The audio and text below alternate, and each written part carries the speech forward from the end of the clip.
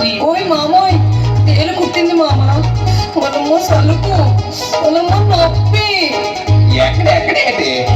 అమ్మ సలుపు, అమ్మ నొప్పి. పోసి పోసు కదా, ఈ మాత్రం నాకు ఇలా అయిపోతున్నావేంటి? మన ఊరు చివరి మామిడి తోటలో ఉన్న రత్నాలతో పోల్చుకుంటే ఇదొక సలుప, ఇదొక నొప్పే. అయితే ఆ రత్నాలు సలుపేంటో నీ పాట రూపంలో చెప్పు మామా. పాట అయితే ఆట కూడా చూపిస్తా, నువ్వు కూడా